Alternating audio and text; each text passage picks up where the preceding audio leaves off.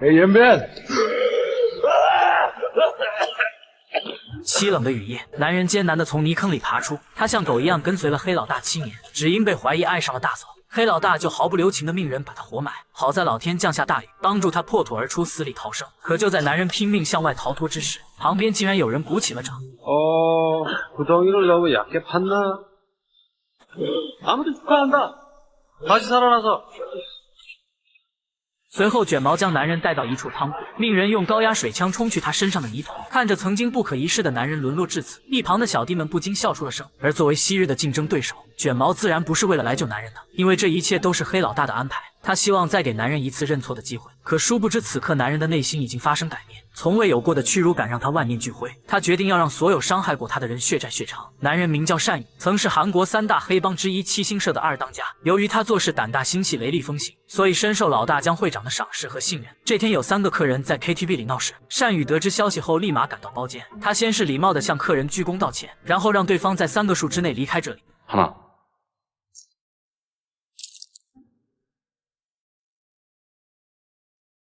둘。 面对突如其来的倒计时警告，客人们显然还没有意识到即将发生什么。随着第3声倒数过后，单宇让小弟关上房门，一场帅气炸裂的打斗就此开始。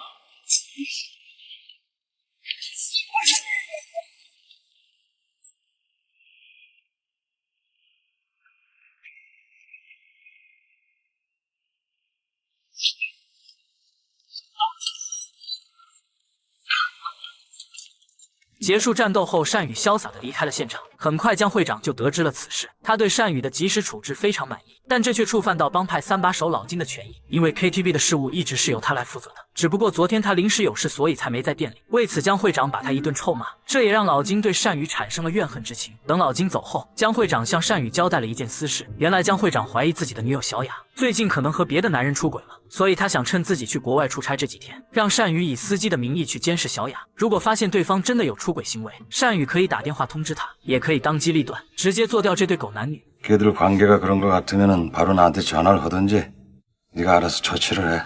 对于大哥的嘱咐，单宇一向是尽心竭力。第2天一大早，他便带着江会长的礼物来到小雅家。这是单宇第一次见到小雅，看着女孩修长的双腿、白皙的脸颊，还有那纤细柔软的手指，单身的单宇不由得内心泛起一阵波澜。他终于明白大哥为何会如此珍视眼前这个女人。 而事实似乎也正如江会长所料，当天傍晚，小雅就被一个男人给接走了。单宇驾车一路尾随其后，可经过一整夜的跟踪监视，两人看上去好像只是普通朋友而已。他们一起吃饭，一起跳舞，并没有做出什么越界的举动。从舞厅出来后，男人将小雅安全送回了家，这让单宇也不禁为两人松了一口气。就在这时，老金突然打来电话，原来那天被单宇教训的3个客人都是青龙帮黄老大的手下。虽然2个帮派之间没有什么过节，但毕竟都是当地有头有脸的人物。 碍于情面，黄老大希望单宇能当面解释一下此事。可还没等黄老大的话说完，单宇直接就挂断了电话，这让黄老大顿时感到颜面扫地。愤怒之下，他不小心扯断了电话线，一旁的小弟忍不住笑了起来，结果自然可想而知。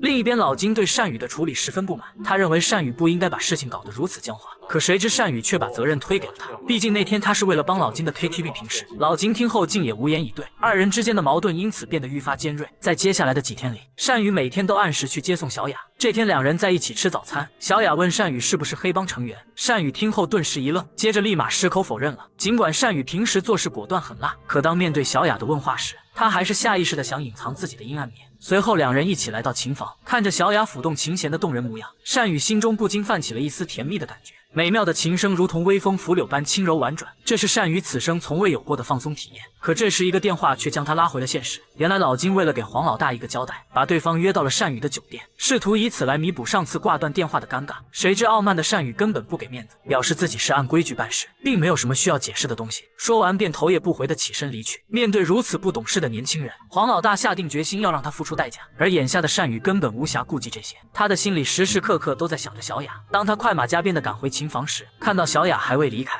心中顿时一阵窃喜。可就在这时，上次那个男人突然再次出现。单宇见状，立马扭头转身离开。显然，小雅等待已久，不得不叫来朋友接送，这让单宇心头莫名产生了一股醋意。不过好在男人和小雅始终保持着应有的界限。等男人走后，单宇也驾车回家，路上险些和一辆汽车迎面相撞。虽然当时他并没有在意，但越往后开，他越觉得不对劲。刚才那辆汽车似乎和男人的车子很像，于是单宇立即掉头往回走。而事情果然如他所料，男人的车子此刻就停在小雅家楼下。一股无名怒火顿时在单宇胸中燃起，他环顾四周，确认无人后，一个箭步从外墙翻了进去。在屋里，他成功堵住了正在偷情的两人。情急之下，男人打算跳窗逃跑，结果被单宇一脚直接踹飞。随后他被按在屋里一顿暴揍。与其说单宇是在替老大捉奸，不如说是在宣泄自己心中的怒气。就在他准备用灯架攻击男人时，没想到小雅竟用自己身体护住了对方。看到这一幕，单宇终究还是没有忍心下手。他知道如果把这件事告诉江会长，那么两人肯定必死无疑。回想起和小雅在一起的甜蜜感觉，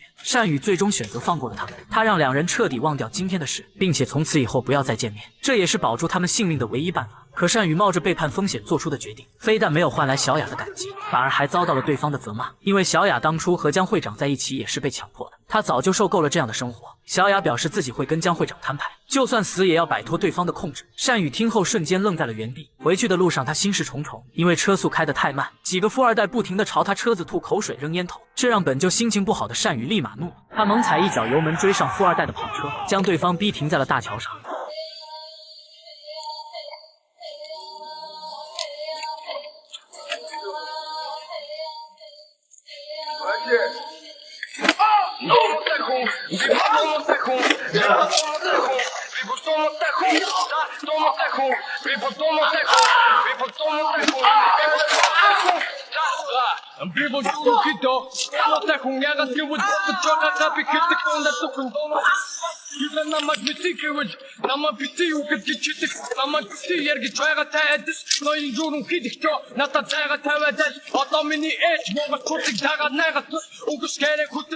发泄完怒火后，单宇驾着车扬长而去。在此后的2天时间，他再也没有去接送小雅。可就在这天夜里，一群手持铁棍的混混突然出现在单宇家中，单宇被打了个措手不及。随后，一个帽子男进来将他一脚踹晕。等他再次醒来时，发现自己被吊在了一间仓库里。黄老大幸灾乐祸地走了出来。아이고,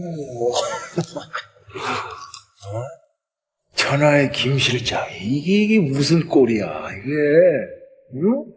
此时单宇还没有意识到事情的严重性，他警告黄老大不要乱来，否则他们七星社一定会铲平青龙帮。黄老大听了这话，差点笑出了声。他笑单宇似乎还没弄清楚状况，眼看对方就要对自己下死手，单宇吓得将肚中的胆水全部吐了出来。就在这时，屋里的电话突然响起，等镜头一转，单宇已经坐在一辆面包车上，随后被丢到一处空旷的平地。本以为自己就此逃过一劫，可殊不知真正的噩梦才刚刚开始。只见江会长带着众小弟站在了单宇面前，原来这一切都是江会长授意的。他昨天从国外回来后，第一时间就去找了小雅。从对方躲闪的眼神中，江会长立刻就猜到自己被绿了。他质问单宇为什么要隐瞒不报，但此时单宇却无言以对。江会长对他的表现非常失望，把单宇交给老金后便转身离开。积怨已久的老金自然乐此不疲，他先是废掉了单宇的一只手，然后将他活活埋进了2米的深坑。此刻的单宇彻底绝望了，他怎么也没有想到，自己忠心耿耿跟随了7年的大哥，只因为做错这么一件事，就要将自己赶尽杀绝。在痛哭的哀嚎中，他慢慢的被泥土淹没。然而幸运的是，被雨水浸湿的泥土变得异常松软。凭借顽强的求生意志，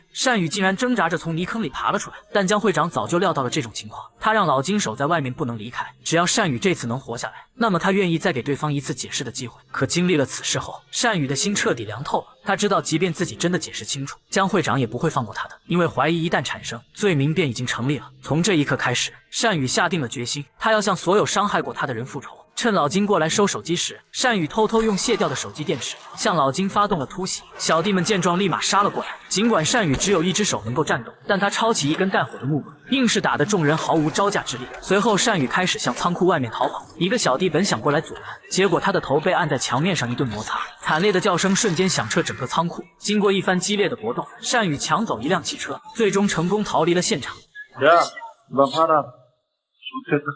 得知消息的江会长也不淡定了，他立马召集当地所有黑帮老大，对单宇发起了追杀令。而与此同时，单宇也没有坐以待毙，他先是让最信任的小弟给他送来一笔钱，然后利用曾经的人脉关系找到一个地下军火商，谎称自己替七星社过来拿货。可没想到这个军火商十分谨慎，即便得知单宇是七星社的二当家，他仍旧坚持让手下先给江会长打电话进行确认。在等待期间，军火商突发奇想，提出要和单宇来一把组枪比赛。殊不知这恰恰为他埋下了厄运的种子。当手下确认后的电话打进来时，军火商的表情顿时凝固住。见此情形，单宇迅速开始组枪，一旁的小弟还以为两人正在竞赛。当单宇率先组好手枪，将军火商一枪爆头后，两个小弟这才反应过来，慌忙反击，屋里瞬间乱作一团。尽管单宇的枪法并不精准，但好在他抢占了先机，很快就将两个小弟全部射杀，成功拿到了枪械武器后，单宇首先找到帽子男，逼迫对方把黄老大引到一个溜冰场。当黄老大看到单宇走进来时，脸上的表情顿时诧异不已。见对方来势汹汹，黄老大只好使用缓兵之计，在单宇面前装起了无辜。可是趁单宇不注意，他偷偷将手伸进兜里，随后掏出一把匕首，对着单宇的肚子一顿猛扎。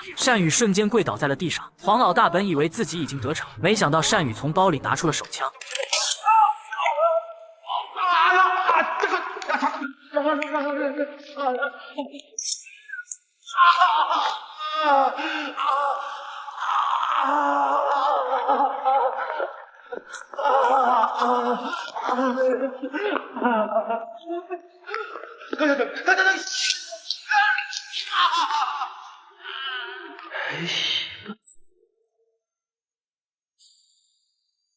解决掉黄老大后，单宇来到七星社的总部酒店，江会长正在这里和其他大佬们会面，根本不知道危险已经来临。而此时另外两股势力也在朝酒店这边逼近，一个是青龙帮的帽子男，单宇当时并没有杀死他，只是将对方绑在了仓库里，这也为他留下了一个巨大的隐患。另一个则是军火商的弟弟，他在办公桌上发现了单宇的名片，为了给自己的哥哥报仇，他带上满满一包的武器弹药，独自一人前往了名片上的地址。此时酒店这边，单宇简单处理了伤口后，顺着地下室的通道进入了酒店内部，不料在这里竟意外碰到了老金。老金见状立马掏出匕首，可单宇根本没给他上前的机会，连开数枪直接送他去了西天。接着单宇又干掉了电梯里的守卫，顺利来到了酒店的顶楼。一路上他所向披靡，见到人后没有一句废话，直接开枪将对方放倒。很快在酒店的宴会厅里，单宇成功见到了江会长，后面的保镖还想趁机偷袭，单宇见状抬手就是一枪。